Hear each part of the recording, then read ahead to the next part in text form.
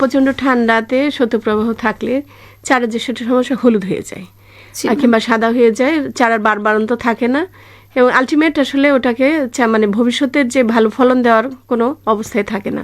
এটা একটা বিশাল একটা সমস্যা। তো সেজন্য অবশ্যই আপনারা আবহাওয়ার পূর্বাভাস এখন অনেক স্মার্ট হয়েছে, এটা দিয়ে এটা প্রেডিকশন করে আমরা কিন্তু বীজতলা ফেলার জন্য চেষ্টা করব। এবং হঠাৎ যদি কোনো কারণে ওরকম হয়ে যায় তাহলে অবশ্যই আমরা কিন্তু পলিথিন ব্যবহার করতে হবে, পলিথিন শেড ব্যবহার করতে হবে। এবং এরপরে যখন শৈত্যপ্রবাহ যাবে আমার গাছ তো অবশ্যই ক্ষতিগ্রস্ত হবে। তো ওই সময় আপনারা একটা সরিষার খোলের হরলিক্স এটা লিখে নেন, এটা খুবই ভালো কাজ করবে। এখানে আমার লাগবে 10 লিটার পানি, এর মধ্যে 10 লিটার পানির মধ্যে আমার 300 থেকে 400 গ্রাম সরিষার খোল, এর সঙ্গে আপনার দিবেন 10টা সার, সামান্য পরিমাণ 2 চিমটি, অল্প অল্প সামান্য লাগবে, এটা দেবেন।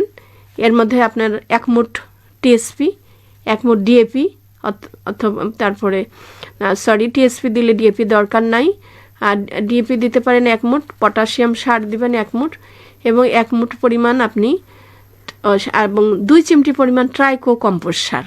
নাম না শুনলে পরে লিখে নেন। শ্রোতা বন্ধু, আপনারা কিন্তু নোট ডাউন করে ফেলেন ম্যাম কি বলছেন। তাহলে এটা দিয়ে আমি একটু রাতে একটু ভিজিয়ে রাখবো এবং সকালে এই মিশ্রণটা, এটা কিন্তু 10 লিটারের জন্য বলেছি। এখন আপনার জমি যদি বেশি হয়, আপনার 20 লিটার, তখন এইগুলো ভলিউমগুলো বাড়িয়ে দিবেন।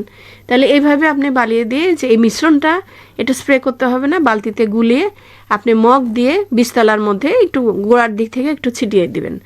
আশা করা যায় এতে কোনো, এটার নাম কিন্তু আমি বলেছি হরলিক্স, অর্থাৎ হরলিক্সের মতো ইনস্ট্যান্ট কাজ দেয়। তাহলে আপনি যদি এটা দিয়ে দেন তাহলে দেখা যাবে যে 4 থেকে 5 দিনের মধ্যেই আপনার গাছ অনেক হেলদি হয়ে যাবে।